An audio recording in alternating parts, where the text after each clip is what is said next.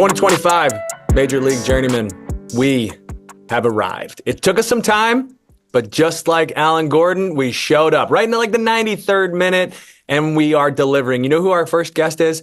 Mike Magee. What a guy. He's got an incredible story, but also an icon and a legend of the game.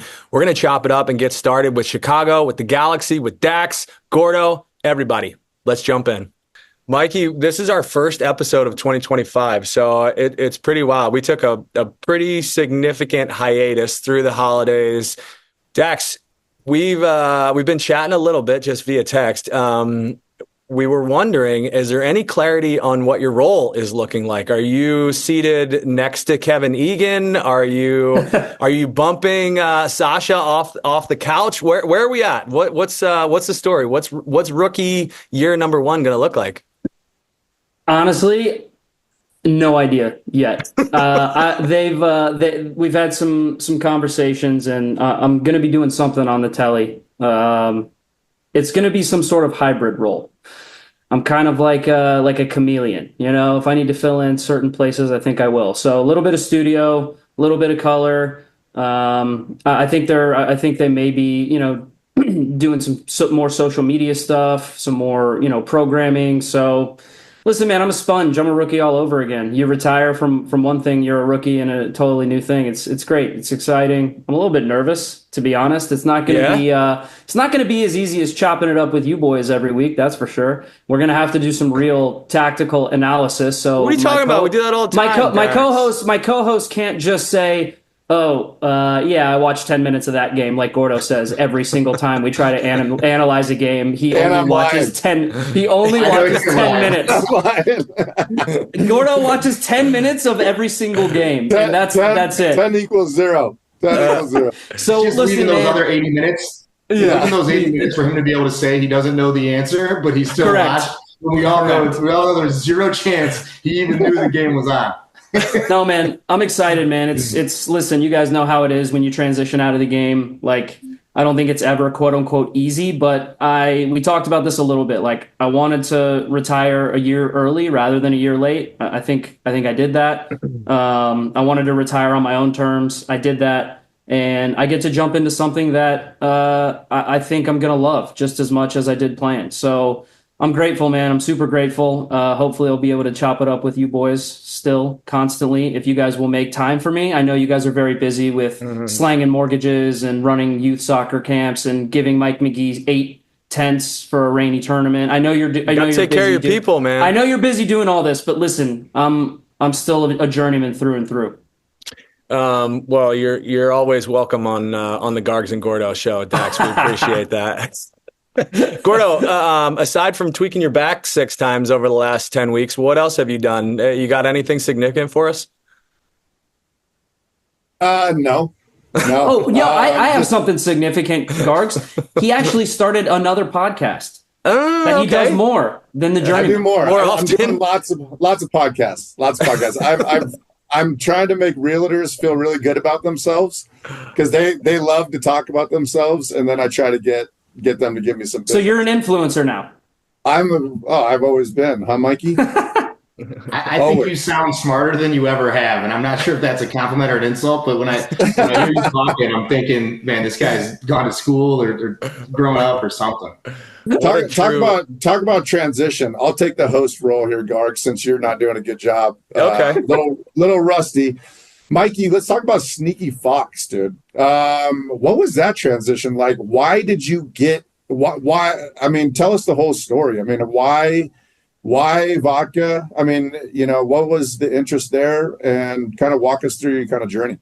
Some of us like to build up, but now we know how Sandy feels, just jumping straight in. So yeah, Mikey, let's go. You got to feel the room, dude.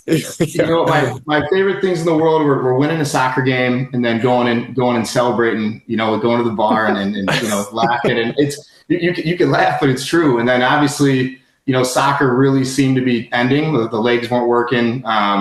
So I was just kind of thinking, what do I do next? And I wanted to do like a super small batch whiskey. Had no clue it took like 5 years to make, you know, bourbon. So vodka was my drink of choice. So we just kind of went with it. And Chicago's been awesome supporting it. And So just that's it. I love winning. I love drinking, and I couldn't win anymore, so drinking was the only thing left. Mikey, I was checking out your Wikipedia page, and to have two-time MLS Cup winner, two-time Supporter Shield winner, 2013 Best 11 and MVP, also the proud owner of Sneaky Clean Hand Sanitizer, is listed on your Wikipedia page. Sneaky clean. Can we just touch on this a little bit?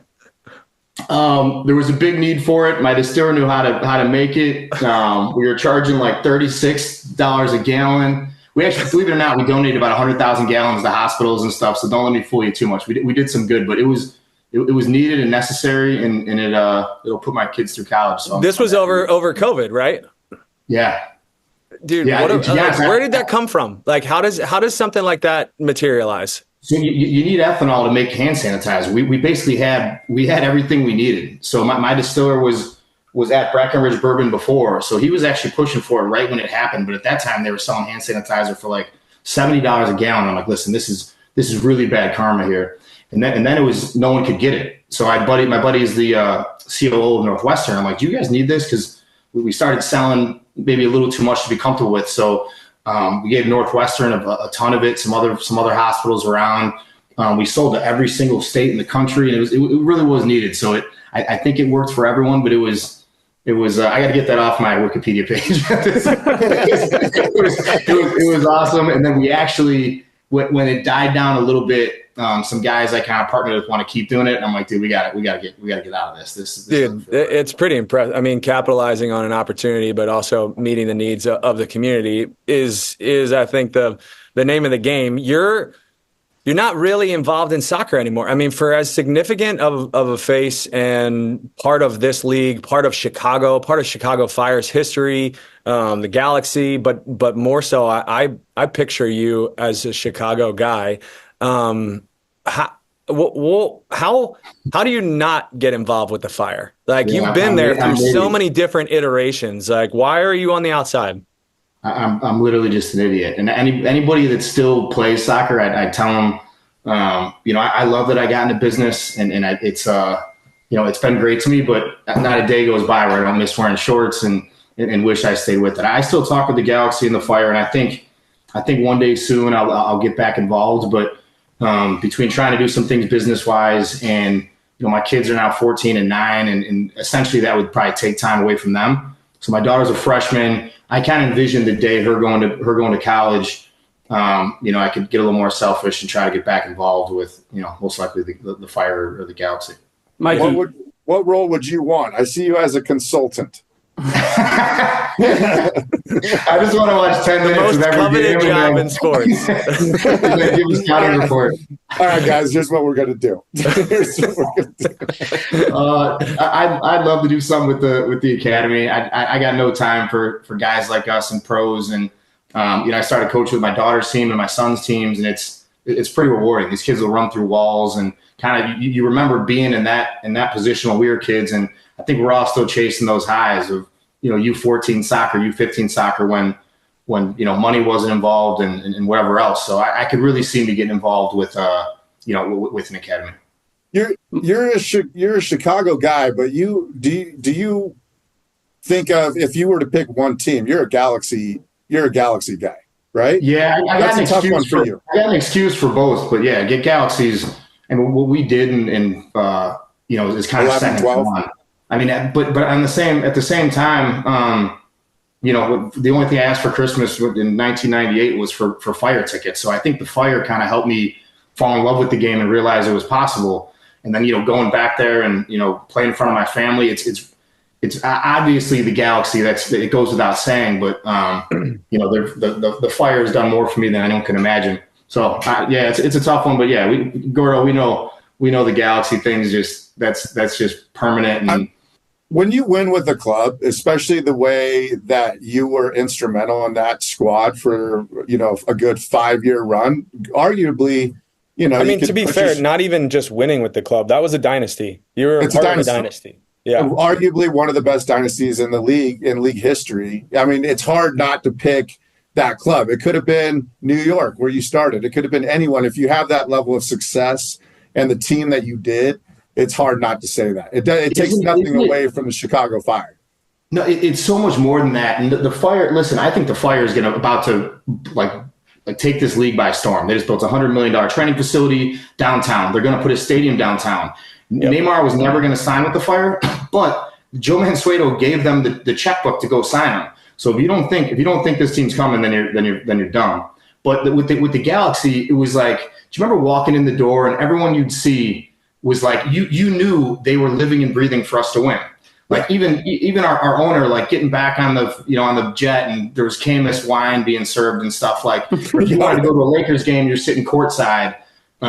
Everyone there is like looking at us like we're the Lakers, you know. And it, like you feel this like sense of I need to win for them. And in MLS, you guys know better as good as anyone. You all run out of gas. Everyone's hurt. And then you remember being on teams where you're looking around and guys are quitting. Guys are like, I just want the season to be over. Like in New York, it was nuts to me that I felt like guys just the field sucked. Actually, everything sucked. So when the season when you were running on empty, you're just like, you know what? And by the way, this is not how I felt. But you look at guys next to you and you'd be like, maybe it's not that bad if the season's over. Or dude, in LA, it probably ruined our futures and cost us surgeries. But like I would have played, and we all did play through some insane injuries. Yeah. And who knows if you would have done that in other places. And so and dude, the fans are just like the backing from the fans. When you win there, it's like nothing you could ever imagine. They absolutely love you and adore you, and that's tough to not carry with you for every second for the rest of your life. Did you get out there for the championship this December? You were. Yeah, I was there. It was great. I've had the last couple times I went there was kind of weird. It just kind of felt like maybe it was, I don't know what it was. Gordo, did you, or Guards, you too? Have you gone there and like, okay, well, this time it was completely different. I don't know what it was, but like just the people I saw and kind of the energy around the team, it just makes you, it reiterates how they're going to win, because you just get this vibe around the club that it was the same thing that we had, when we won there. And then what I feel like when I went back after in between here, it's no wonder we know why they lost. It was like that culture and that vibe was it just wasn't there. There was so much trauma that they had to get through, though. I was gonna say, you know what it felt like as a bystander there. I mean, I obviously was playing you guys when you guys were a part of that fantastic Galaxy team. It felt like kind of the old days where the Galaxy were going to step on the field and there was an expectation of a championship. Like that's what it felt like to me. I thought Red Bull kind of found lightning in a bottle there in the playoffs, and I thought they had a chance. I actually picked them to win in penalties, which, hand up, I was wrong. Ricky Puig was a big piece of that. But to speak to your point, Mike, it felt like Will Kuntz was kind of the missing piece, that, in my opinion. And I don't know how much you know about Will Kuntz or not, but you guys know how, like, we talked about this a lot with the stuff that went down with Chris Klein and with Jovan Karofsky. It almost felt like once the Galaxy moved on from almost that feeling of underperformance and failure. Let's be honest, they failed a number of years in a row without the Galaxy being successful. Once you moved on from that, Will Kuntz comes in. He spends $40 million and signs two absolutely game-changing wingers. You have a striker who makes a difference, and you have one of the best players in the league in Ricky Puig. Now, anytime the Galaxy step on the field, you expect them to win. That's what it felt like for me as like an outsider who wasn't a part of the Galaxy family that you guys are a part of. I'm just curious from your perspective if you feel like Will Kuntz and the signings that he made was kind of that missing piece, because that's how I felt. It's culture one, right? Because you can bring all these guys in, and if the table is not really set for them, they end up being like a cancer, right? I mean, we got to give Mikey Stevens a shout out too. Mikey Stevens found a couple of those players in the Fire to stall them, but I think the Galaxy invented the blueprint for how to win in MLS. And then I came to the Fire for 2 years, and then when I came back, it was like from 2017 or whatever year it was, I saw they had this whole like new idea on how to win, and I'm like, hold on, like you guys invented how to win. And then you go see Seattle, and Seattle's doing what the Galaxy used to do, and then they took it and put it in the Pacific Northwest. Well, hey Mike, do you mean the Galaxy or do you mean Bruce? Because I know how tight you are with Bruce. Yeah, actually, Gordo, that's perfect.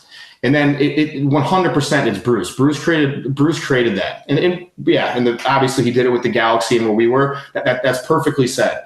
And then when I got back, they were trying to go with youth and kind of made some signings that he didn't agree with. And all of a sudden, he had his hands tied. They were literally. I remember having meetings with him, and he was so frustrated. And I'm like, Bruce, this is not why I came back here. And he's basically telling me that this is not my show anymore.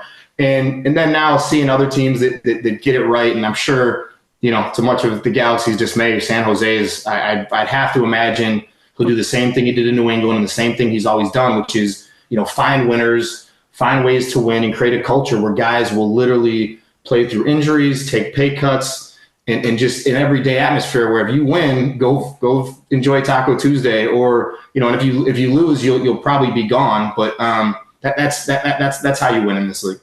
Pretty binary for Bruce. I'm glad you brought him up because when I think about it, like there was three pieces there, right? It was Chris Klein, Jovan had probably elevated himself while Bruce was there, and Bruce. And then that's a triangle, man, the strongest shape in nature, right? So you take Bruce out of that and you got Jovan and Chris that really couldn't figure it out. They couldn't fit that third piece into that dynamic. We always talk about this, the GM and head coach relationship. It's the strongest or most significant in any sporting industry.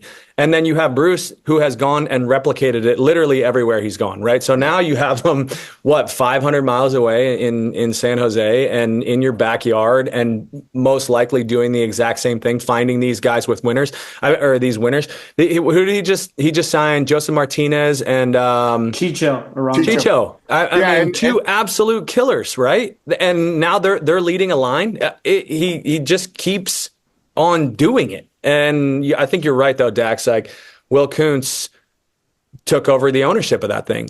Really good manager in Greg Vanney. Greg Vanney was doing, I think, a lot within that culture, but you can't do it yourself. I think that we've kind of talked about that a bunch, where it's no longer a one-man show. Didn't Vanney like relinquish? He was the Will Kuntz role. He was both.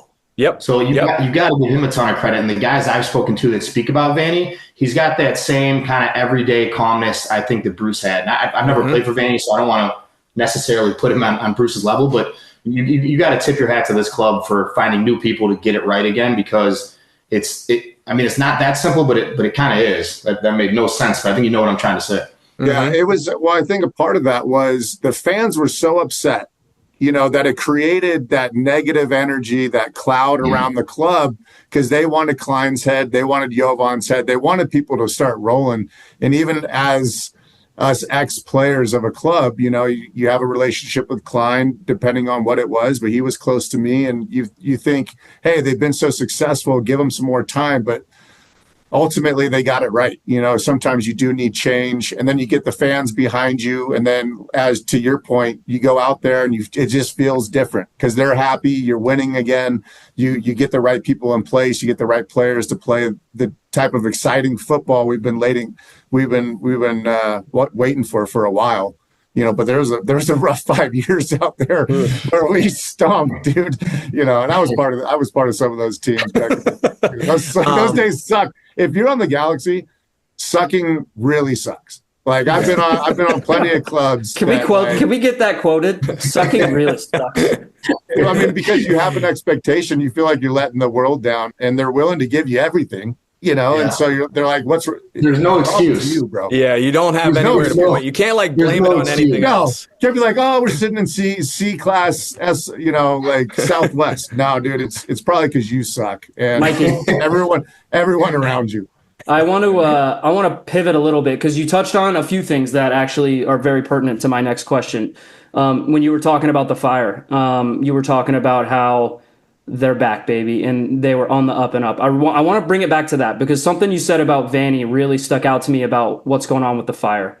You said that Vanney, and I think you were right. I think he was kind of playing. He was wearing two hats. He was playing the head coach and a little bit of GM hat. And once he relinquished that to Will Kuntz, everything just opened up. He could focus on coaching. And we've seen, other than Bruce and maybe Peter Vermees And now your boy, GGG, Mr. Greg Berhalter, that role in MLS is fading away because it is a lot of work for one individual. So my question comes back to Greg Berhalter. You touched on the Fire a little bit. I was fortunate enough to play for the Fire when Joe Mansueto was taking over for Hotman. So I know what Joe Mansueto is all about. He wants to win, and he will spare no expense to do that. The Neymar stuff is insane, and it's amazing to see his ambition. Greg Berhalter, I want to ask you two questions. First of all, are you one of these guys who was like, Berhalter out for the national team, but now that he's on the Fire, you're like, all right, man, we're buzzing? Or like, because I'm of the opinion that Greg did a fine job for the national team, and when you put him in a club that's ambitious and an MLS team, he is going to make that club successful. He is a proven winner in MLS, and he hasn't won MLS Cup. He never won it with Columbus, but he knows how to win, and I think he knows how to build a team. And I think his time with the national team was coming to an end, and I think everyone could see that. But do you think that him wearing the two hats, do you think that's gonna hinder him at all in his ability to really bring the Fire into the elite teams again in the East? Who would be considered like the Will Kuntz on the Fire? I mean, I know he. He just brought in Mikey, which you said Mikey Stevens is gonna, I think, lighten his load a little bit. But quite honestly, I don't think they have a Will Kuntz. I really don't. I think it was Heights. Wasn't it George Heights? Yeah, they brought in another guy. I know that. So, Greg is an absolute workaholic and he's a winner. I think the only issue Greg might have had with the national team was Greg knows exactly how he wants to play, and yep. I don't want to say like create a headline here, but I just don't think I think this is one of the worst player pools the American team's ever had, and the fans think it's the best because of the teams they're on. The problem is the guys like the Kyle Martinos and Kyle Martino too, but Kyle Beckermans and like all these guys that like played in MLS would have killed these guys. Yeah, and so I think his expectations were unfairly high, and then where he made a mistake, I think was he really wanted to play his way. And sometimes you have different players, and maybe that's just not how they want to play. I think it's an MLS team, he has these guys every day, and he could scour the world for the players he wants. And I think he made the final. Did you make the final 2 years in a row in Columbus? Or not 2 years in a row. Not 2 years in a row, but he made the final in 2015, and then I think he might have made. Lost to Portland. He might have made it. He lost to Portland at home, and then he might have made another final. He went to a couple Eastern Conference finals. I know that. I'm not sure how many MLS Cups. He's going to make this team really good, really quick. And I agree. Probably what's even suiting him better now is how many players now actually want to play soccer, right? Like me, Gordo, and Gargs, we didn't want to play soccer, dude. Like I just wanted to get it to somebody else and find a way to get a tap in. And like that's it. Like Gargs and Gordo, I would take you guys on my team any day. But also that's kind of true. But you're still full of shit. You were a really good player, but you did love tap-ins and you were sneaky as the mother. I didn't want to dribble and like pass. Throw me a step over. I did. I mean, neither did I. To be fair, it's zero. But now, like these kids are raised now doing dribbling and passing, and like I think he's gonna be. I think he's gonna be. Well, you're spot on, dude. The player profile of today much more fits Greg Berhalter like almost to a T. Like they are these idealistic, take information, apply it into the game model, and then go and execute. And that is there's a little bit of a contradiction there how he couldn't apply that into U.S. soccer though, because a lot of those guys are very similar to that. Like they are that type of profile. The kid that I like though, dude. Talk about Brian Gutierrez? Let me touch on what you just said. I think they are. However, when you go play, Germany, or listen, it's great to play like the Germans until you play Germany, and then it's like, okay, what do we do now? Mm-hmm. Now you need the game you want to win. Maybe that kid, maybe the Sergio Dest is amazing, but then when we don't have the ball and now we're playing. At Mexico, he'd always make mistakes. Yeah. In the fan base, it's easy to look at a guy like him and be like, oh, look at him. He's at Barcelona. Look how he dribbles. Look how he attacks. Okay, every game he makes a mistake. You could talk all you want about, Dan Gargan and being where he's at, right? I would have bet my left aorta, you guys wouldn't make a mistake in a big game. You might hit it into Rosie a couple times, but like I just want to win the game. So it's interesting.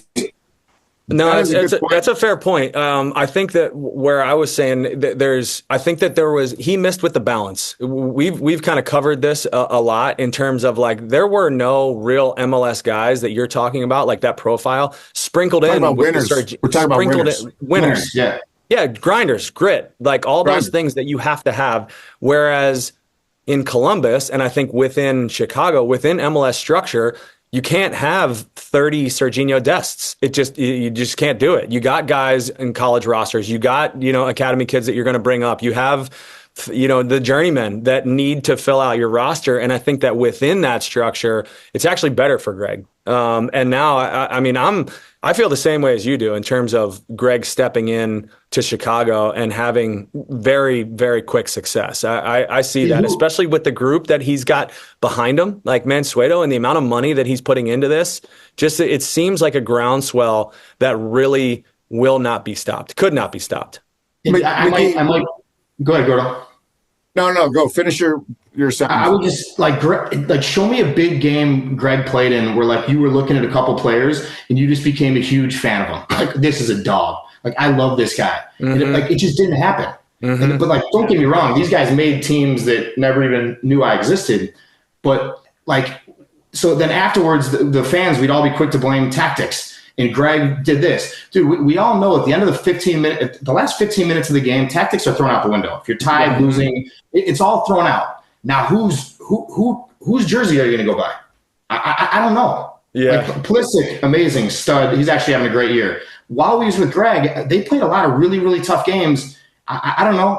By the way, I don't know why I chose Pulisic to go at first. He's a stud. But a lot of guys that made teams and you expected to be great in these big games, and like, okay, tactics suck. It's not working. All right, you're losing now. So every winner I've ever met, there's a switch at some point where they just say, fuck everyone, fuck everything. I'm gonna make a play. I don't know what it is. Mm-hmm. I'm gonna go nuts here. And a game after game, it wouldn't happen. And then the fans drag out. Okay, I get it, but like, whose jersey do I buy my son? And the answer was, the Bears jersey or Cubs jersey. So who's a better hire? I know you're a big Chicago sports guy. Is Greg Berhalter or is Ben Johnson with the Bears the bigger offseason addition in Chicago? Oh shit. Oh man, they're both great. My family's all Bears fans. We got a constant Bears chat. So I'll give. Yeah, I gotta go tie. You don't do this to me. I love them both. I think once the Fire finally builds this downtown stadium, I truly believe it'll be like the Cubs on steroids with that downtown stadium, and the people are gonna love it. But it's still a Bears town for now.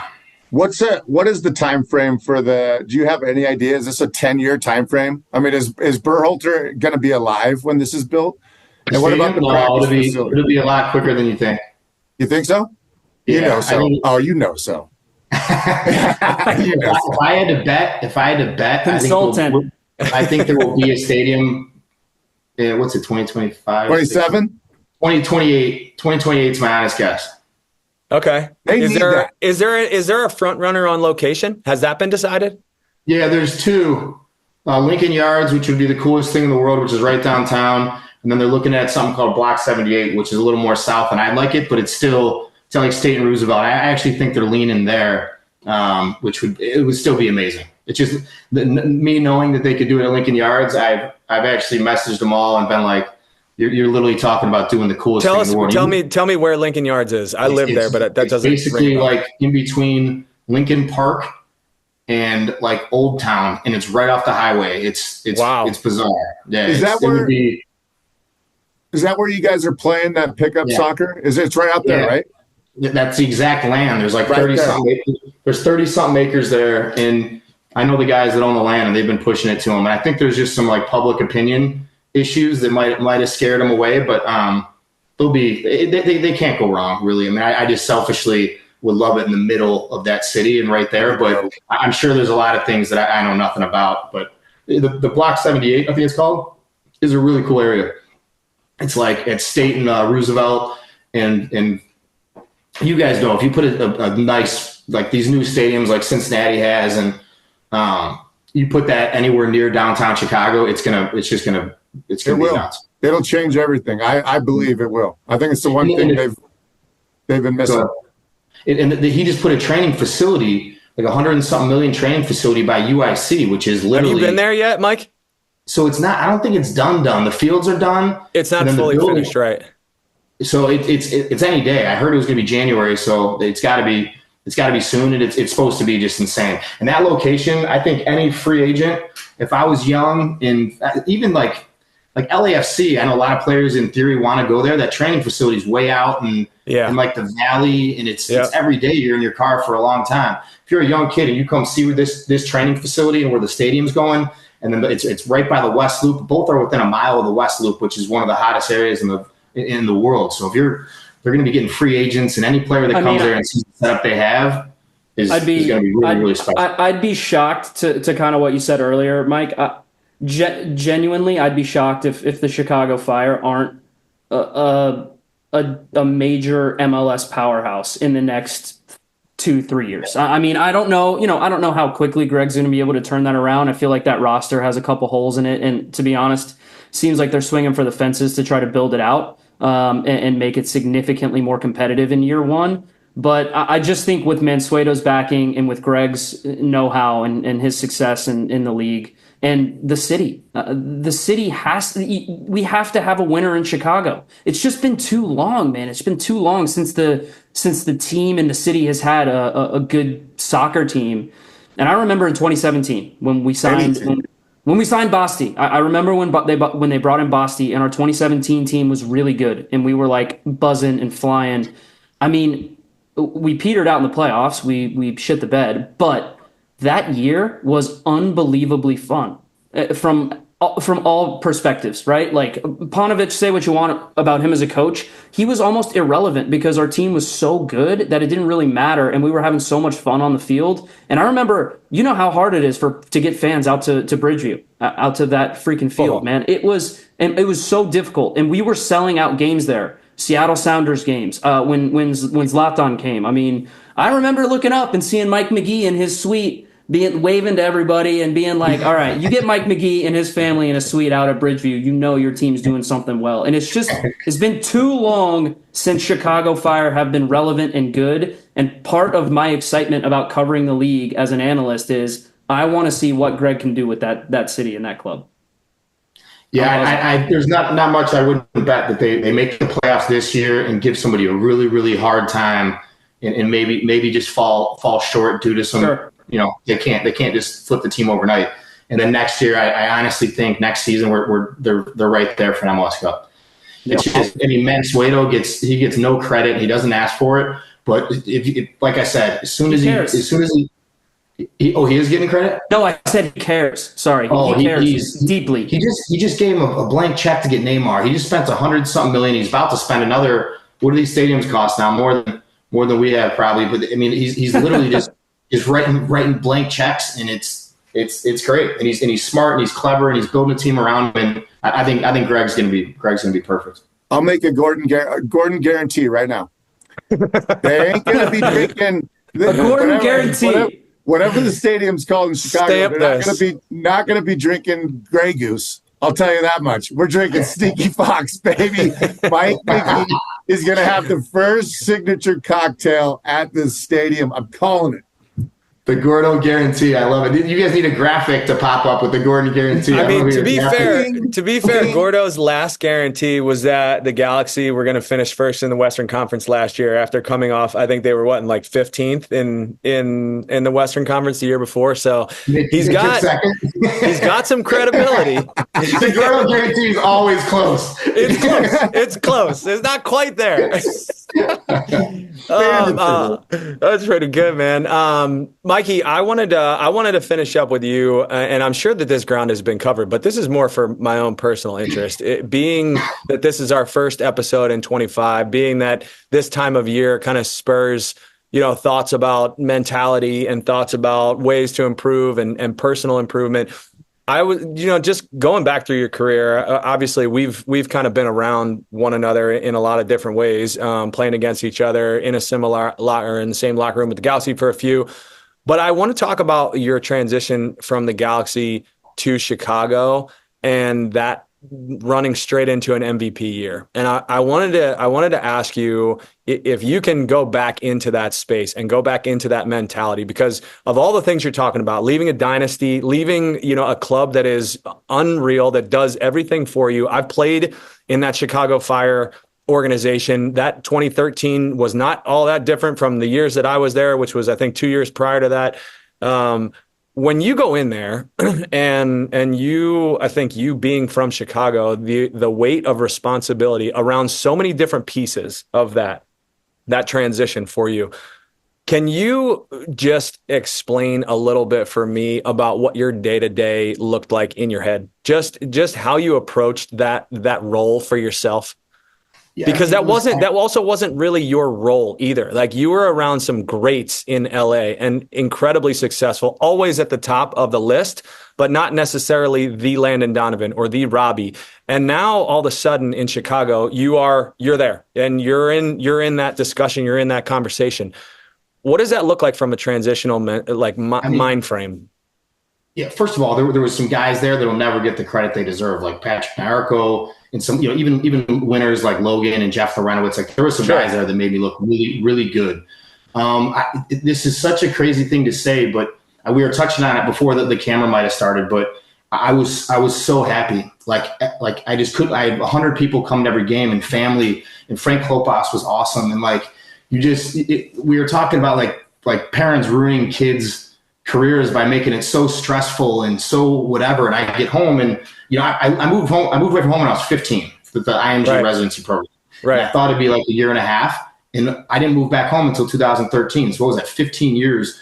And I always wanted to get back. So you get back and you see family and friends. And I didn't even notice I was scoring so many goals. It obviously helps, but just being happy and playing free and having like a full supporting cast around me and all my friends truly led to just playing free. And obviously, I know exactly why you scored so many damn goals is because you were looking forward to the night out after. and if you scored, it made it that much better. It was like, I don't know, Underground would comp you an extra bottle if you got a goal.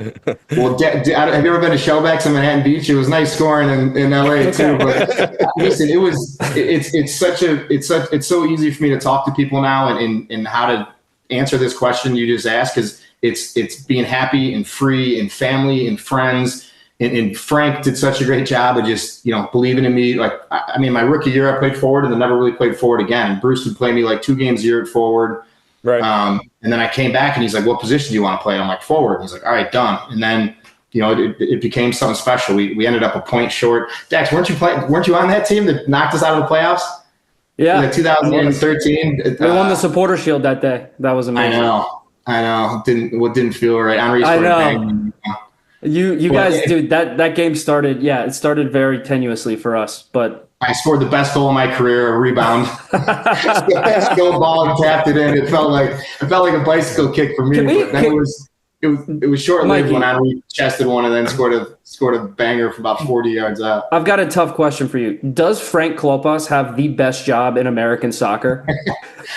Dude, yes. The answer is yes. Because he literally for the Chicago Fire for the last 2 decades. He's done every single thing you can do in a professional sports organization for one club. It's absolutely incredible. And I think that speaks to how amazing of a dude he is that he gets moved on from certain roles and they're like, hey, let's just usher you into this other role that we think you'd be good at. Hey, you've done that for 2-3 years. Here's another role. Let's usher you into that one. I mean, I'm going to pick his brain at Greek Islands one day and be like, how do you do it? I mean, dude, he's loved the club since day one, and he honestly would do anything for it. So if you don't see that, and the Flyers, had some bad years, so I don't think they've had too many people, with that passion, and he's had it since day one. So that's all. Well, Mikey, let's get you out of here on a few things, and I just want to say the first time I was in a January camp with you, national team camp, honestly, I was like, Mike Magee, good player, great goal scorer, tap-in guy. When I saw you play first couple training sessions, I was like, this guy's got so much more in his bag than anyone could think of. And I think you were the type of player that it was actually hard to notice that unless you played in training with you every single day. So that's me tipping my hat to you, saying you were a much, much better soccer player than I think you're giving yourself credit for and other people give you credit for. That one 2013 season, sure, But dude, you stepped up in the biggest moments in the playoffs, and it wasn't a surprise. You're a big game player, bro. So don't write yourself off too much. All right, buddy. Yeah, thanks for saying that. And I always knew you were good, even watching. That's my guy. Thanks, buddy. All right, buddy. You ready for some start bench cuts? Are we done, boys? You guys need a little. You want me and Gargs to jump off? You guys need a little time together. Listen, you can exit the room. Oh my gosh! Hey, all right, Gordo, the adults are speaking. Pipe down. All right, Mikey, I'm going to hit you with a New York Red Bulls 2003. I believe that was your rookie year, yeah? By the way, that New York Red Bulls team, ridiculous. I could hit you with a start bench cut of like 6 players who I think are legitimate Hall of Fame candidates in this team. Mathis better be in this. Mathis better be in this. All right, start bench cut. Clint Mathis, Amado Guevara, and Eddie Gavin. Oh shit! We're starting Clint. Wait, what is start bench cut? Oh yeah, I'll bench Amado and we'll launch Gavin. You're cutting Eddie? Yeah, that's easy, dude. That was so easy. I could have thrown Tim Howard in there. I probably should have, but I thought Eddie was like the ultimate underrated MLS player. I think Tim Howard literally ruined my career because when I got there, he would have gotten launched too. It would have been easy. When I got there, I would literally he'd save everything. So in games, I wouldn't shoot. And then I'd be watching film and I'd be like, dude, that doesn't go in MLS.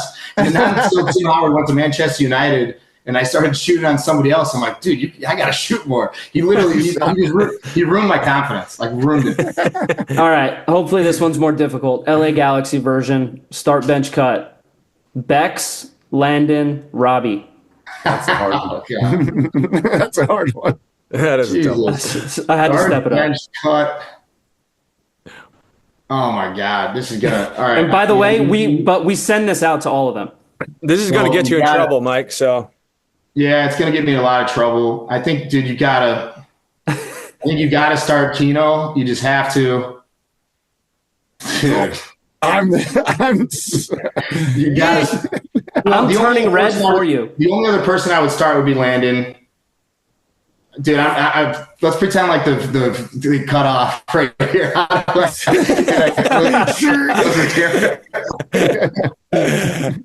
Come on, buddy, stand on business here. Dude, this league wouldn't even exist without Beckham. No, I can't. I'm starting Robbie Keane, and that's it. That's my final answer. And I could start Landon. So I guess Bex is getting a little under the stick here, but I am not cutting. All right, so Bex is getting cut. We get it. That's fine. That's a tough one. Now for the easiest one of the round. Start bench cut the Journeymen. Me. Oh, here we go. Dinosaurs. Here we go. Gargs and Gordo. Gargs has kicked me ridiculously hard. At least one time I got like what's called a hematoma or whatever. So I can't wait to cut Gargs. I would look at it. Yes, Gordo, yes. I'd pull up the film of him and make him think he's getting like a raise, and then I'd launch him from Gordo. I just want to show you a couple clips here, sir. Step into my office. I'm on the bench. I can take that. Thank you for making our day, Mike, because Gargs has been cut every single time. 100%. It doesn't matter who it is. He's cut every time. It's amazing. It could be the best compliment you could get. So I agree, Mikey. No soft passes over here, pal. I'm good. I'm good with where I'm at. I take back what I said. Gordo was 100% coming off the bench. I want him there for the whole time, but Gordo's it's five. Dude, subbing him in the 90th minute every time. We just know we got to be tied. So me and Dax will grind out the game. That's exactly right. There you go. I knew you were a smart guy, Mike. Yeah. All right. That also means you have to start Dax. Jesus. We don't care. All right, fellas. Anyway. Well, it is 2025, but the trend continues, which is okay. I'm setting a new leaderboard over here with cuts. Mikey Magee, you're the man. Much appreciated the time. Glad to kick off Major League Journeyman season with an icon like yourself. Good luck in Chicago. Good luck with Sneaky Fox Vodka. You have all of our addresses. Please feel free to send a case whenever it moves you. And we could use some hand sanitizer too if you got buckets of that laying around. You know what I mean?